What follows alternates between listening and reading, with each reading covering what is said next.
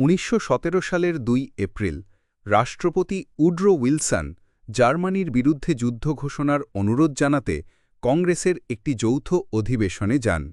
Wilson যুদ্ধ ঘোষণার কারণ হিসেবে উত্তর আটলান্টিক এবং ভূমধ্যসাগরে অবাধ সাবমেরিন যুদ্ধ স্থগিত করার জার্মানির প্রতিশ্রুতি লঙ্ঘন এবং মেক্সিকোকে মার্কিন যুক্তরাষ্ট্রের বিরুদ্ধে একটি জোটে প্রলুব্ধ করার প্রচেষ্টাকে উল্লেখ করেন।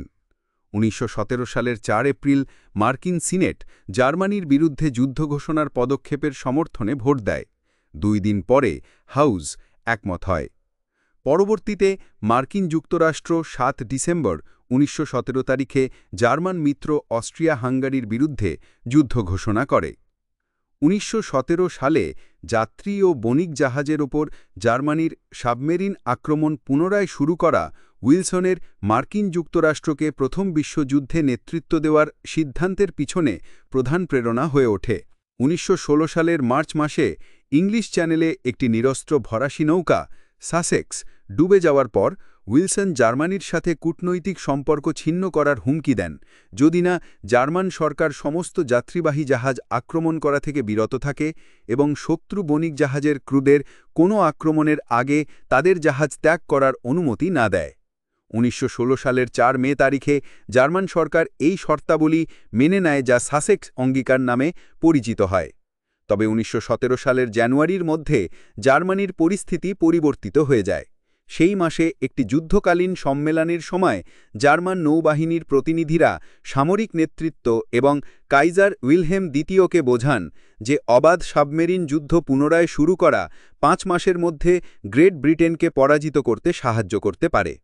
জার্মান নীতি নির্ধারকরা যুক্তি দিয়েছিলেন যে তারা সাসেক্স অঙ্গীকার লঙ্ঘন করতে পারে কারণ মিত্রশক্তিকে যুদ্ধাস্ত্র এবং আর্থিক সহায়তা সরবরাহ করার পর মার্কিন যুক্তরাষ্ট্র আর নিরপেক্ষ পক্ষ হিসেবে বিবেচিত হতে পারে না। জার্মানিও বিশ্বাস করেছিল যে জার্মানির ওপর মিত্রশক্তির অবরোধ মেনে নিয়ে মার্কিন যুক্তরাষ্ট্র তার নিরপেক্ষতাকে বিপন্ন করেছে। জার্মান চ্যান্সেলর থিওডবাল্ড ভন বেথম্যান হলওয়েগ এই সিদ্ধান্তের প্রতিবাদ করেছিলেন। বিশ্বাস করেছিলেন যে সাবমেরিন যুদ্ধ পুনরায় শুরু করলে মিত্রশক্তির পক্ষে মার্কিন যুক্তরাষ্ট্র যুদ্ধে জড়িয়ে পড়বে। তিনি যুক্তি দিয়েছিলেন যে এটি জার্মানির পরাজয়ের দিকে পরিচালিত হবে।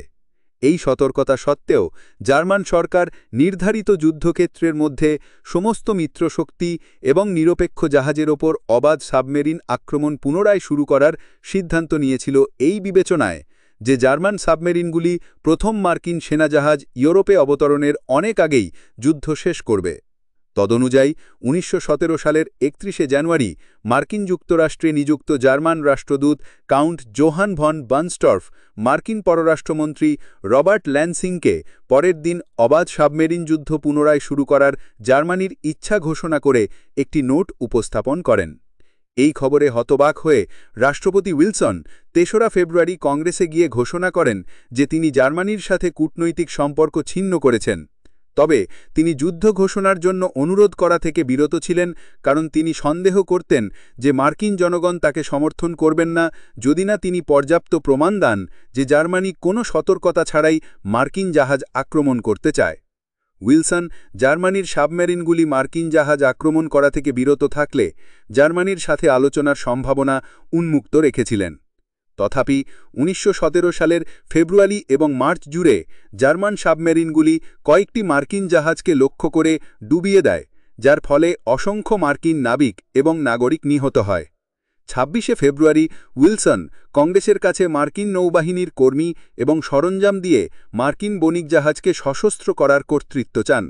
যদিও এই পদক্ষেপ সম্ভবত ভোটে পাশ হতো, কয়েকজন যুদ্ধবিরোধী সিনেটর একটি সফল ফিলিবাস্টারের নেতৃত্ব দিয়েছিলেন যা কংগ্রেসের অধিবেশনের বাকি অংশ গ্রাস করে।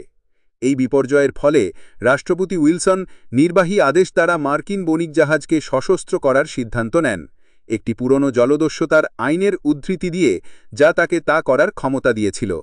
তবে ১৯১৭ সাল নাগাদ মার্কিন বণিক ও যাত্রীবাহী জাহাজের ওপর অব্যাহত সাবমেরিন আক্রমণ এবং জিমারম্যান টেলিগ্রামের মার্কিন যুক্তরাষ্ট্রের ওপর জার্মানির আক্রমণের ইঙ্গিতপূর্ণ হুমকি যুদ্ধ ঘোষণার সমর্থনে মার্কিন জনমতকে প্রভাবিত করেছিল।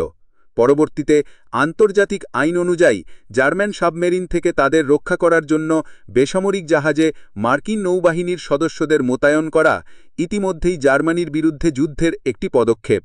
অবশেষে জার্মানরা তাদের কার্যকলাপের দ্বারা প্রমাণ করেছিল যে সংঘাতের শান্তিপূর্ণ সমাধানে ঘটাতে তাদের কোনো আগ্রহ নেই। এই সমস্ত কারণগুলি রাষ্ট্রপতি উইলসনের জার্মানির বিরুদ্ধে যুদ্ধ ঘোষণার জন্য কংগ্রেসের কাছে অনুরোধ করার সিদ্ধান্তে অবদান রেখেছিল। তারা কংগ্রেসকে উইলসনের অনুরোধ মেনে নিতে এবং আনুষ্ঠানিকভাবে জার্মানির বিরুদ্ধে যুদ্ধ ঘোষণা করতে উৎসাহিত করেছিল।